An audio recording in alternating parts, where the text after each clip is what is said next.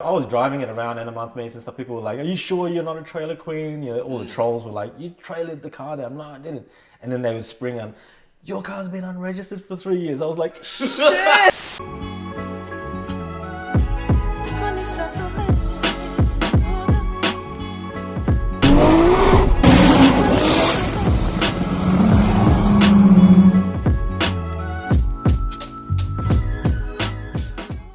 What is up, you guys? Welcome back to the channel. Today I've got another obsessed video for you guys, and if you're even slightly following the channel, you'll know exactly who I'm about to introduce. This is someone that has greatly influenced my not only purchase of my car, but kind of how I've been going about modifying it as well. It's someone that I feel has had a really big influence on not only the Australian GTR scene, but Australian car culture in general. And today I'd love to be able to share him with you. So without too much further ado, I'll introduce you to Justin Fox.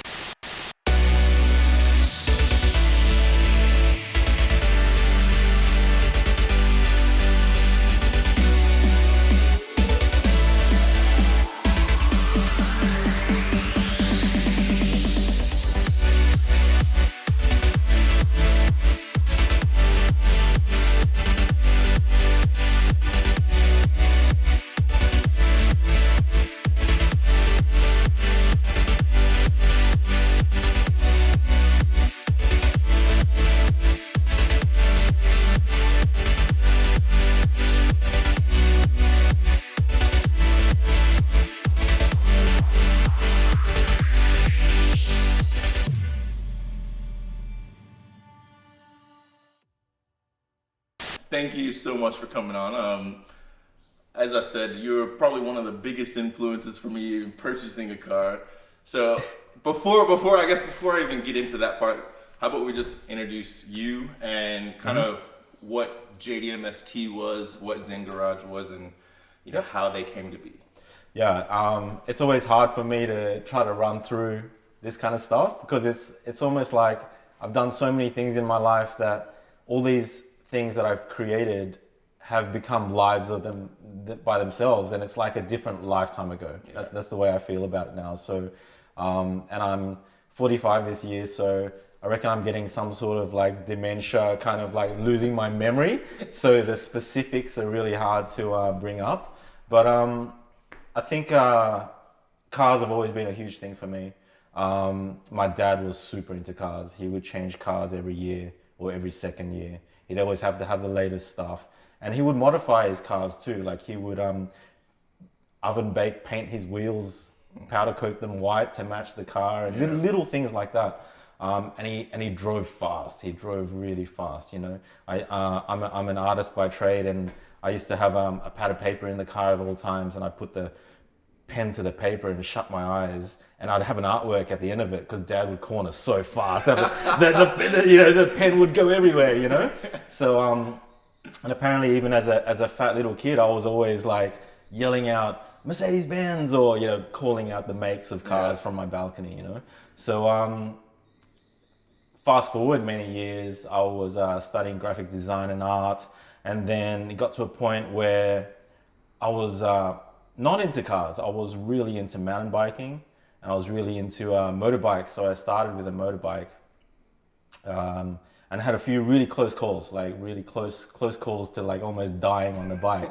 And that's when my parents were like, "Well, how about you get off the motorcycle? We'll give you 20 grand. You can buy a car." And I bought a Toyota Celica, automatic, because I just hated cars, you know. So I really had a hard time with getting my car hobby going, because owning an automatic, as you would know, it just restricts you from what cars are really about.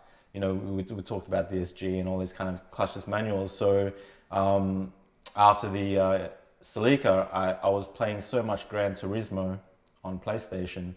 I really wanted something better, and that was the time when the S15 came out. and I was really gunning after an S15, but I did not know how to drive manual. So I settled instead for an Alfa Romeo 147 with a cellar speed, which is a clutchless manual. Okay. And they were early back then. Like there were automatics which had gears, but this was a real clutchless manual. So Alfa Romeo invited me out to a track day, and I got to drive all these different Alphas on Eastern Creek. And man, I had the bug, like it just wouldn't leave.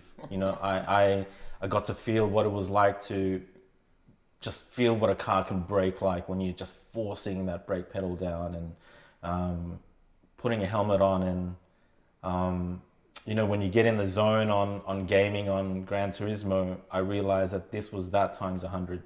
You could pull funny faces in your helmet and make freaky noises, and no one can hear you, no one can see you, you know? So the zone was there, and I got so addicted that at that time I was into Japanese culture so much, just from an art perspective, and going to Tokyo more than 30 plus times. I started modifying that Alpha with Japanese parts, which is really weird because, you know, there wasn't much for an 147, but I was doing it on myself, like just shredding bolts with shitty tools and putting on strut braces, carbon intakes, KW suspension.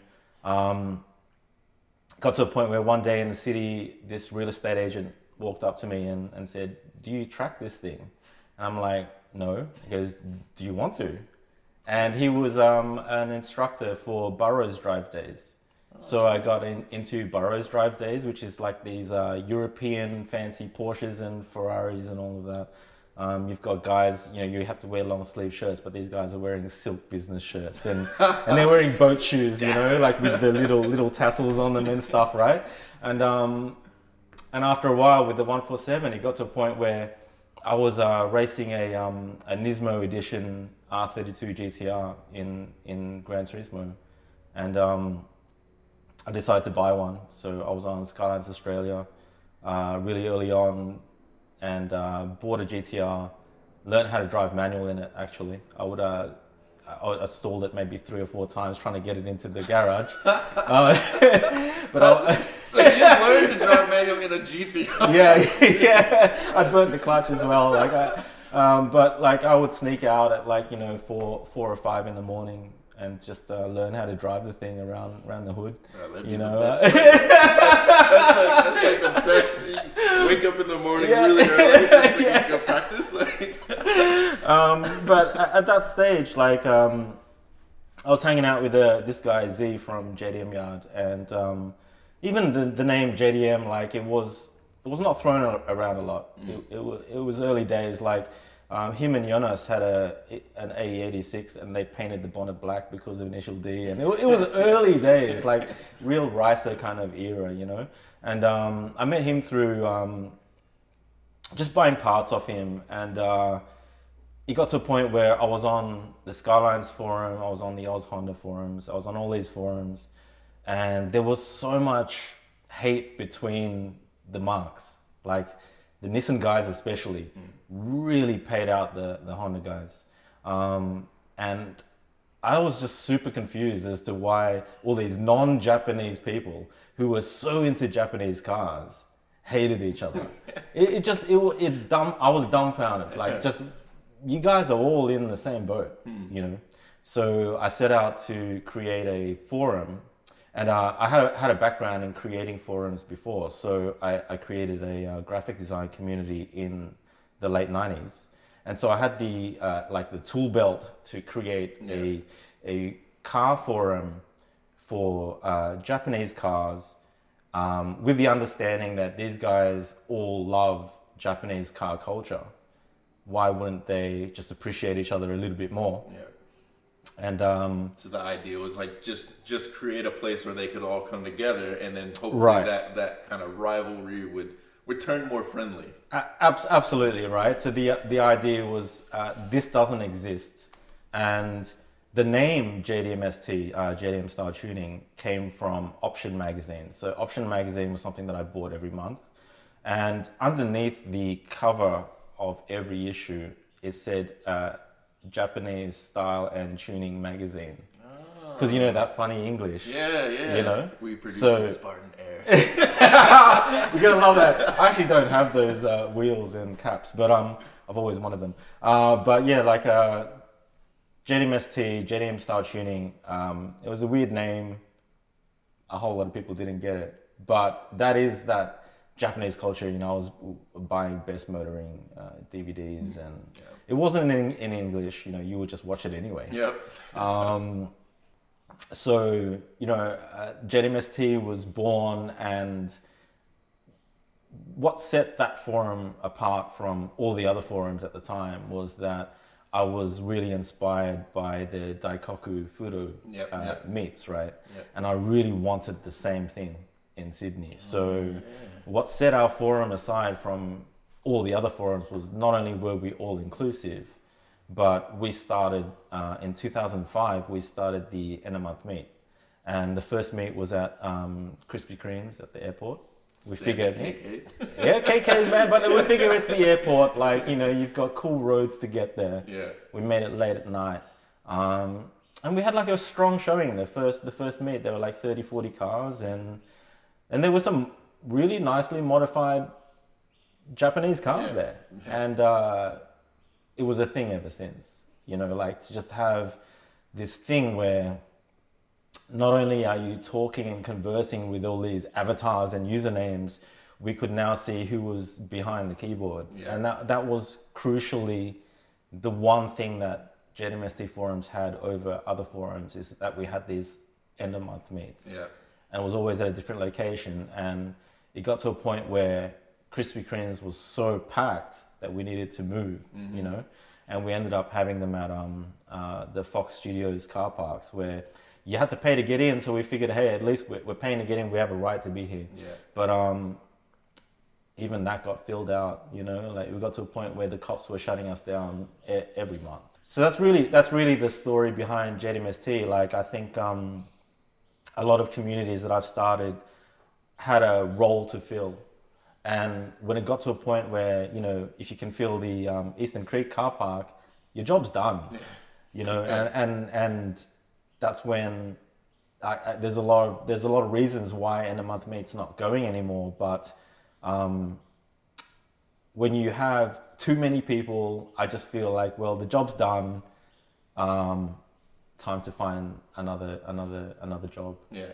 So I mean, that's good, because like when I came, I think I was only able to go to a handful of the end of month meets, but I mean, exactly like you said, like every single one of them, it would just be, you know, from one side of the car park to the other side with just every type of car, which was really cool. For me, it was a really good introduction to like the Australian car scene. But I'm glad you got to go to some. I mean, honestly, I think it's a shame that they don't keep going. Like, it's always a minority, right? Like, there's always a small minority that changes the culture. And with end of month meets, like having kids do burnouts on the way out, they were in their element. Absolutely, it's a cool thing. Like, trust me, when I go to other people's meets, I do burnouts, right? But it's like it really killed the meets, because the cops came down really hard on it, and once you're on their radar, it's over. Yeah. But so I don't blame them for it. In retrospect, I'm like, well, hey, you know, they're into it just as much as I was. But you know, that whole end of month thing, it's funny that at some point in my career, I was invited to go to Sweden to consult on the new Need for Speed game. And the first meeting we had in Sweden on that game was a corporate boardroom meeting, and there were suits in there and stuff like that, you know. And then there were a few of us like influencers or bloggers and photographers and stuff there. And they were showing us a slideshow, and they brought up this picture, and it was in a month meet.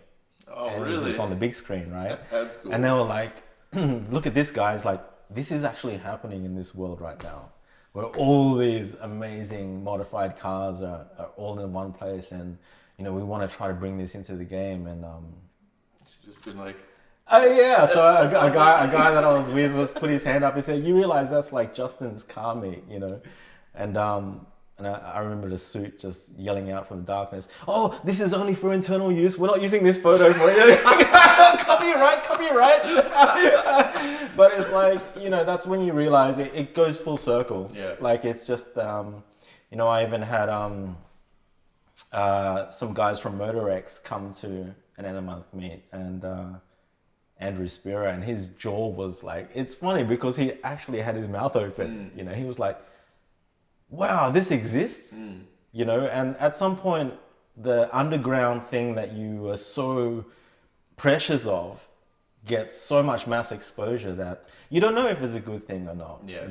Like, I remember the first time I was in New Zealand, I just did a bungee jump, and I was like elated, and this guy was trying to ask me what I do. I'm like, I couldn't even speak, but I was trying to say that I run a car for him and stuff. And he's like, "Oh, so you're one of those boy racers like Fast and Furious." And it's funny how the mass appeal of things ruins it for the people who actually loved it before.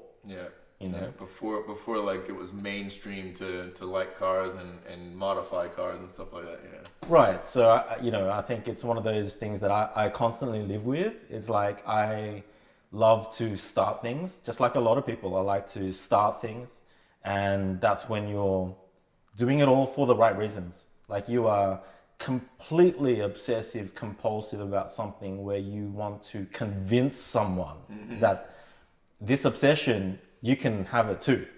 I'm going to influence you, to be obsessed with it as much as I am, and you will love it.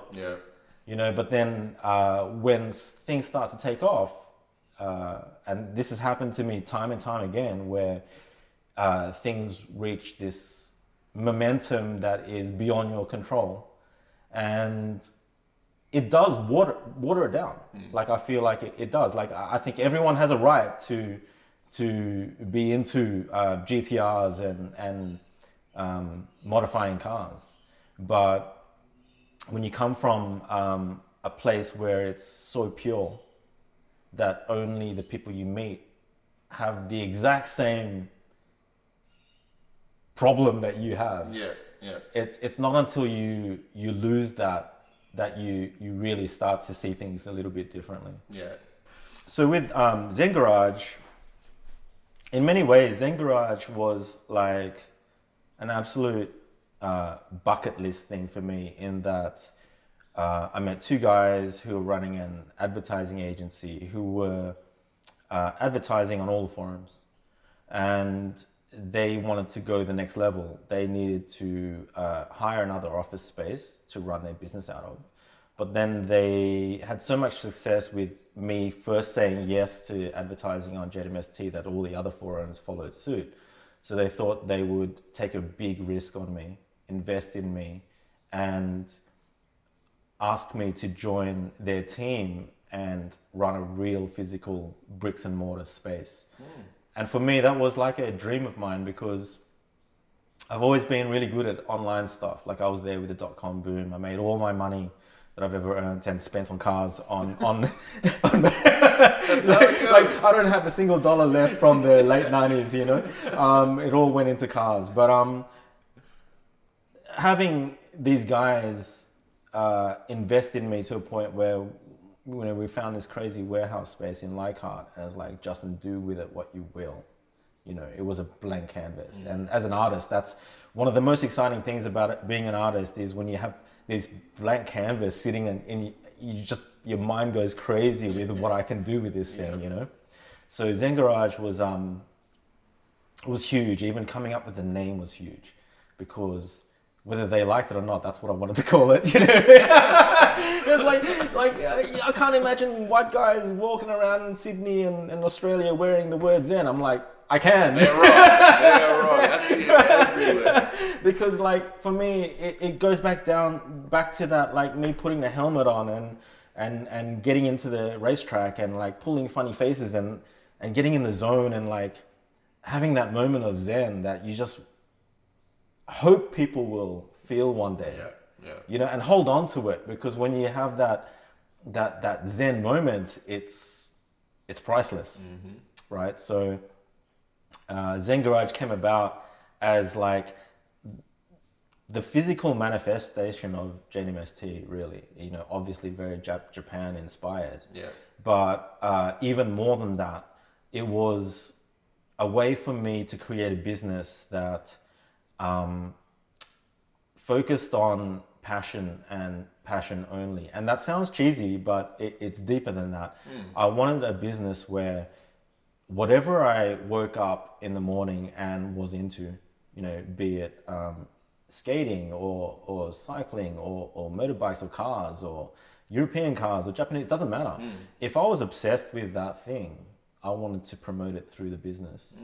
And I didn't want it to be a business where so many businesses we all know of where the founder is no longer into that hobby, but they're still cashing in and making tons of money off people who are.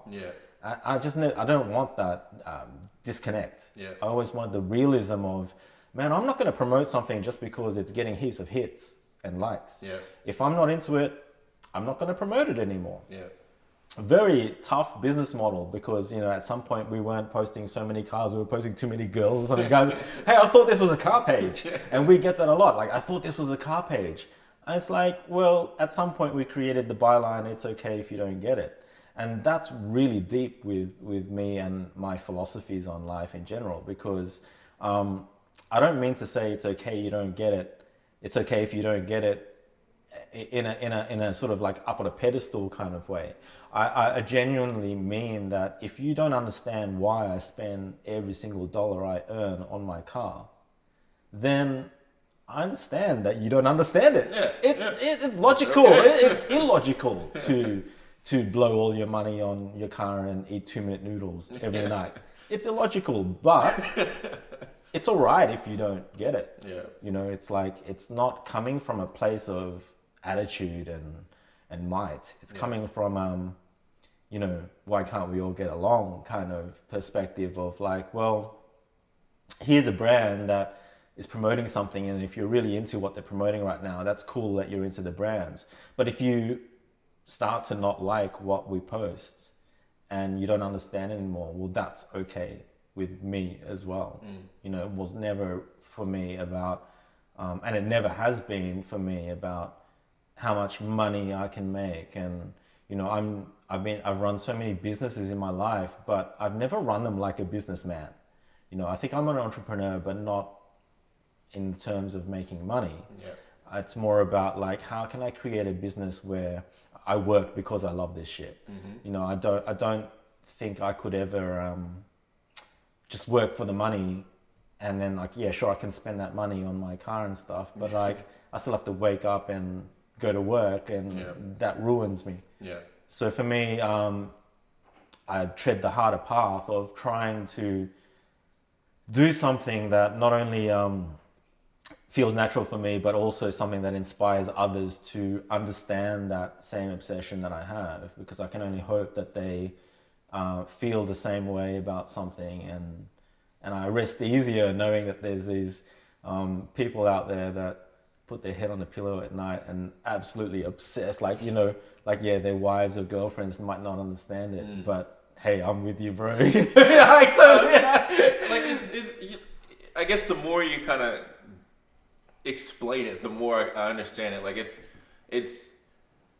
not it's okay if you don't get it, like you said, on a pedestal. It's people change, you know, your likes change, what you want to do in life changes, and you're trying to build a business that is able to change with you in life, so that you can stay just as invested as, you know, day one when you started it, to whatever you may be doing the next day, you know, or the next year. Like, you still are just as heavily invested in that business model as it was from day one. And it may not be the same thing, but you're still just as obsessed with it. Yeah, so you nailed it on the head. I mean, really, it's about the passion thing again. I know it sounds cheesy, but I don't want to be working on something that is successful, but I'm no longer into that.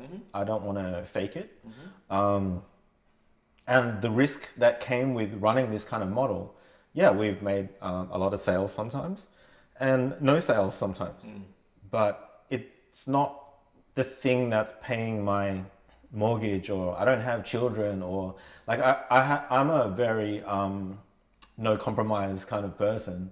I don't like the word compromise. Like if I try to live my life, yeah, sure, everyone has to have compromises, but I try to live it with a lowercase c, not a capital C. Yeah. You know, I just can't. Yeah. I can't. I think I've been blessed with an upbringing where my parents, especially my mom, has always backed what I'm passionate about, even though it's never been the norm.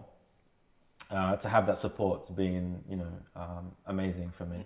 I got, like I said, a few times where I was able to go to the Zen Garage when you were in Leichhardt. Like, yeah, great.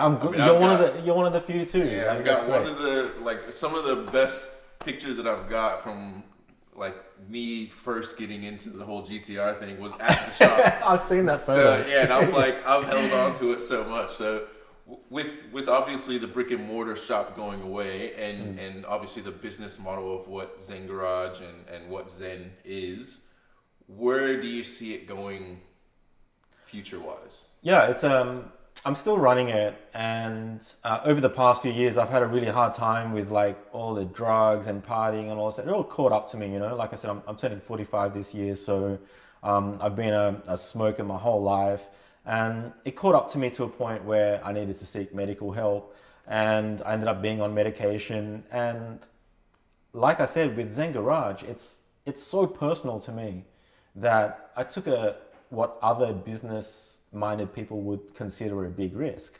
But I started talking about my problems through Zen Garage. And it really split the community. Like, we lost a lot of followers, visitors, we lost a lot of sales. For me, being open about my problems with my life, but that's what Zen Garage is for me, and I really put my money where my mouth is, where I took a risk. But it wasn't a risk for me because I couldn't not do what I set out to do. Yeah. So while just as many people unfollowed Zen Garage for, I thought you guys were about cars or girls. Yeah. But now you're talking about men's mental health and stuff. Yeah. I'm like, the amount of private messages that I got from people that are also struggling, that's the gold for me. That's the money, and it really helped me out of a bad situation. It's worth it right there. But that's the thing, like you can't see that from the outside, I own the Zen Garage completely outright now. So I'm in a huge debt, but I'm not expecting to ever cover that because it's in a better place now because I have complete control over it. When I last had a business partner, at some stage we agreed on reducing the prices to, instead of $40 for a t-shirt, let's make it $39.95, right? $39.99, right? I remember that. Right, so when we did that, we had an increase of 30% more sales. Yeah. But then I made a public post on social media saying, fuck everyone who bought this at 5 cents cheaper. Yeah. Fuck you guys. Yeah. It's like, that got me even more unfollows, and, even more people came on to social media to hate on the brand. And I'm like, I'm fine with that. Yeah. That's the thing. It's got to still be real. Otherwise, it won't exist at all. So as to where it's going, yeah, sure. I could sell more product to try to cover this huge debt that I have from paying off my ex-business partners. But I spent the last 3 or 4 days trying to find my bank account for the Zen Garage business account so I can find out how much money is in the account. I don't even know where the account details are. Yeah. So I have to go to a bank and ask for my account details and stuff, and I'm putting that off because I've got better things to do. Yeah. So for me, it's like, I don't think the brand needs to be dissolved or go away. I think I'm the kind of person that I'm always going to be into something. I don't think I can live without being obsessed with something. Yeah. So we'll go back to the GTR. You learned how to drive manual on the GTR at 4 in the morning. Yeah. So you just, I guess, walk me. Did you buy it standard? Like, how did RB26 become to be the infamous RB26? I don't think it's infamous because I think there's so many GTRs out there that are hero cars. You know, I still think my car is just a one-person car. It's just it's always just been my input. But it started on Skylands Australia. I think I was hunting for a GTR. At that point, I knew I had to have one, especially because of all the hours I put in on Gran Turismo with the Nismo, you know, with the LMGT4s, with the little side skirt bit and the front intakes, and it just, the little rear spoiler lip. I just had to have that. Yeah.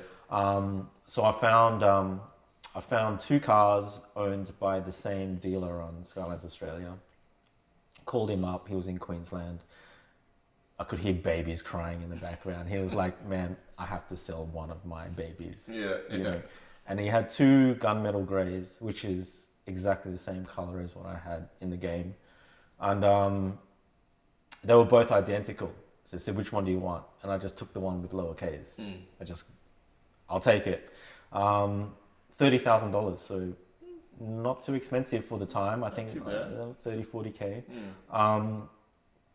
I remember coming home one day and it was sitting in my driveway. They delivered it, you know, and yeah, I'll never forget it. Like I have it burnt in my head of seeing this car in my driveway. And the next thing was, oh shit, where's the keys? You know, yeah. I was like, so I was looking everywhere. I called up the freight guys, and they were like, it's in your barbecue. And I had this disgusting outdoor barbecue. It was like covered in like just years of grit. I opened up the barbecue and I saw this silver GTR key. That's another burnt in my brain of this, like, oh my God, this, we're not talking about something with batteries in it and something, you know, this thing has got the logo on it, right?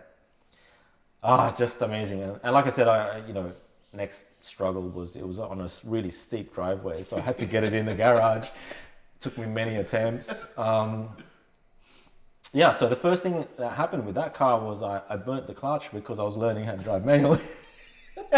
So I got onto Power Play Imports near Balmain, out that way somewhere, and they had some really tough GTRs and they had some really cool cars. So I got onto them, and another guy was really big on the Skylands Australia forum. He was selling and really pushing white line products. Another Australian manufacturer. So I got the full white line kit, which is like a massive suspension overhaul. Everything gets taken out, everything gets put in. And it really made the car undrivable. Like, it was so stiff and so toughly sprung that I would hit a pothole and bounce a foot to the left or right. Yeah, wow. You know? And it took me a long time to realize that, because you don't know so much when you're starting out. Yeah. But it wasn't after, like, I just became an absolute track whore. Like with that GTR, I was tracking at least once a month minimum. I was really good mates with Z from JDMST, and we were of an era where, like, we were working for ourselves, working from home. So some mornings I would wake up and check my phone, and, you know, phones were old school back then, right? Okay, no, not even colored screens, you know? He'd be like, Wakefield? You know? six button presses for one letter and everything. So we used to go like, just on a whim. We would just go to the circuit, and when you go to the circuit, you really learn about how to modify your car. You know, you really understand, like, semi-slicks were so new to us back then that, like, Z first got semi-slicks on his car and we were rolling down the street. And we went straight back to the wheel liners. It was like, I can hear this whoom, whoom, whoom, whoom. What's that? It's like, that's the semi-slicks, bro. Like, we didn't even know, you know? Yeah. But, like, everyone was doing 2-3 seconds faster with semis. It was like, we learned these things early on. But I was tracking that car so much that I went to every Burrows Day because I was invited with the Burrows Days with the Alpha. I still got the invites, but I had a GTR now. Yeah. And I was overtaking everyone on the straight, right? Like the Ferraris, the Maseratis, and they stopped inviting me. Because they're like, how can this 30K shitbox overtake these $300,000 cars, right? So I literally got no more invites. So that's when the Circuit Club was starting, and we were starting Circuit Club days. And at that time, honestly, like there were so many underpowered cars in the car scene that I was the only GTR on the track.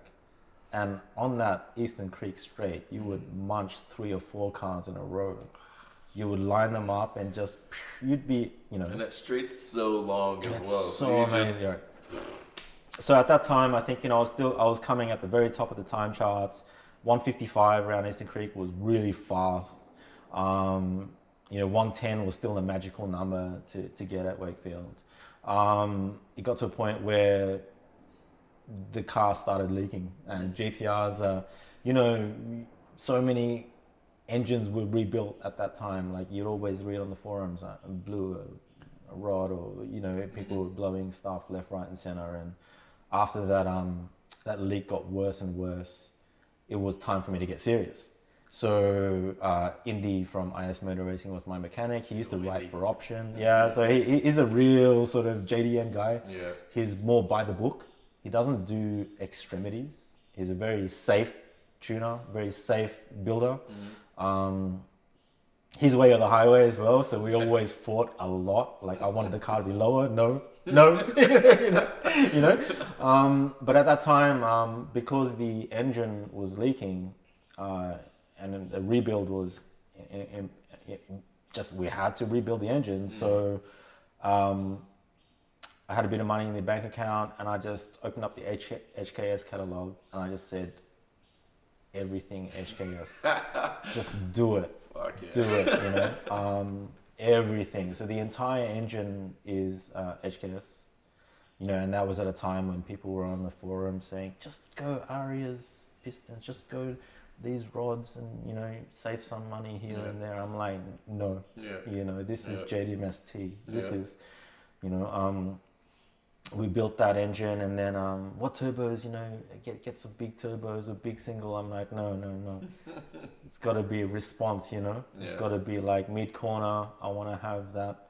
We already had the best motoring videos on the Mines R34 GTR, and that. Whoa, the amount of power at like 4,000 RPM, come on, that's not GTR, that is like monster spec, So that's really what I was gunning for. The idea was to build an engine that, maybe one day I would put a big single on it and let's go 800 HP and let's have some fun with it. But I really set out to create a car that was super responsive, that I could thrash on the track non-stop, and never worry about engine leaks or problems. Like I really wanted to over-engineer this thing. The most common question you had when you owned a GTR in the early 2000s was, how much power is it making? I was always like, it's not making much. Yeah.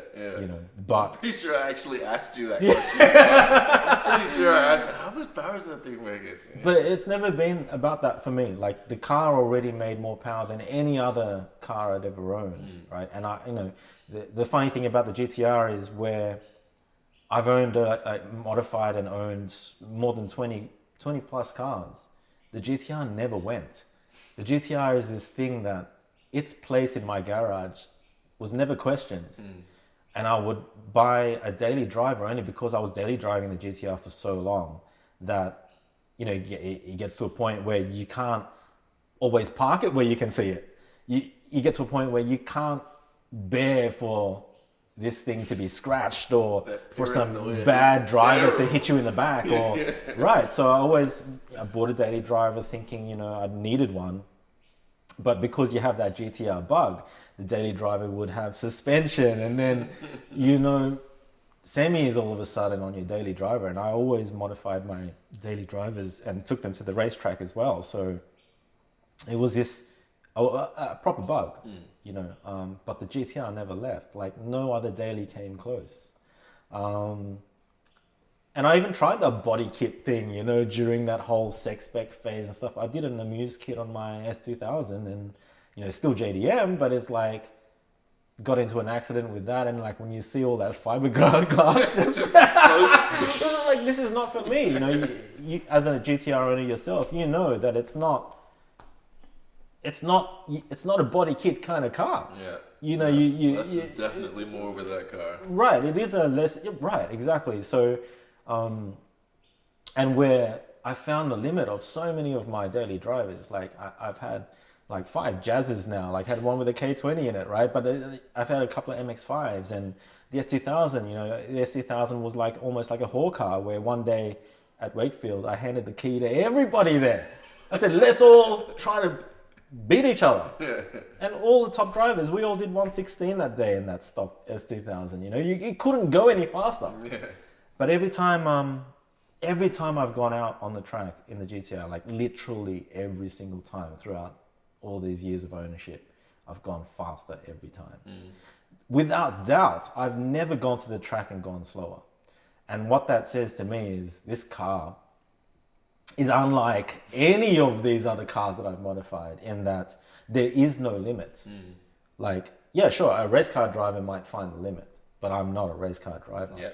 But for me, in all these years of ownership, I still respect the car as much as I did the first day I saw it. I am scared of this car. Like, I have so much respect for it that the times I've been passenger in the car and I've slid off and slid for a long while on the grass, I had to go back into pits and miss 2 sessions just to get my wits back. This car has bitten me back. A lot of people that I hand the keys to say that this car is not about the power or anything. They're like, they understand. As soon as they've driven it on the track, then they're like, your brakes are the best brakes I've ever felt. And it's like, that's the thing. This car, it's not like other GTRs. It's like I've built it to brake amazingly, to power out amazingly, to not have that laggy bit when you're exiting a corner. And it's only the feedback that I get from people that makes me realize I've done this right. Definitely.